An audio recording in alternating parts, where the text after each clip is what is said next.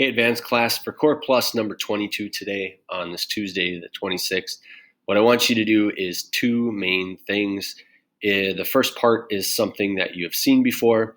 We're midway through the year. You're expected to take the 4-part baseline assessment again. That's bad news because who really wants to do that? The good news is, though, you've seen this test question set before, and you should do a little bit better, even though we don't directly teach that to you. This is more regular class, but we have discussed some of those topics. So I want you to go to materials, which is going to be in this purple folder right here in your class. And I'm only assigning the longest multiple choice question. It's about 26, legislative branch right here. As I've said before, we've covered many of these topics. You should do quite well. Hopefully it's better than in the fall.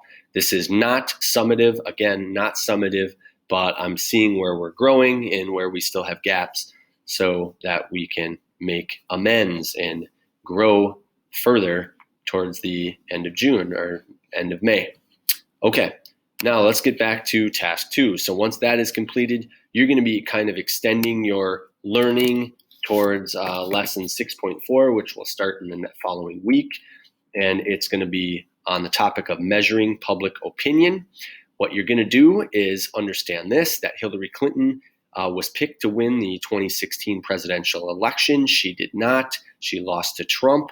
You are going to investigate 2 resources. They're somewhat medium-sized reads and answer the questions in the boxes here.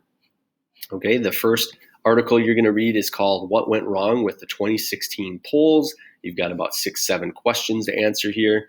Make sure you read it in full. We'll have some discussion on it when we get back to class the next week.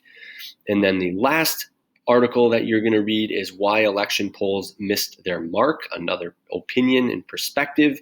And we've got some really neat terminology that you'll be expected to know for your test or project in the second half of Chapter 6.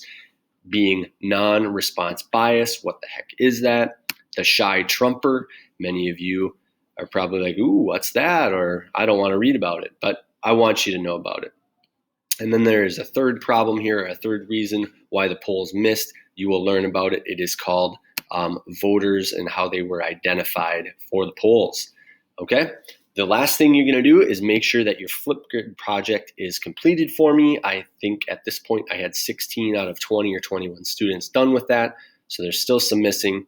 And then don't forget, I'm expecting you to have the 6.3 study guide and task completed on political preferences and voting behavior. Should you have time, feel free to click this link and watch some CNN 10 to stay informed like a good citizen. All right, keep up the great work, advanced class. Really pleased with the discussions we're having and the level of thought that's being put into a lot of our work. Continue that. You're on the right track. You're doing a great job. Peace out.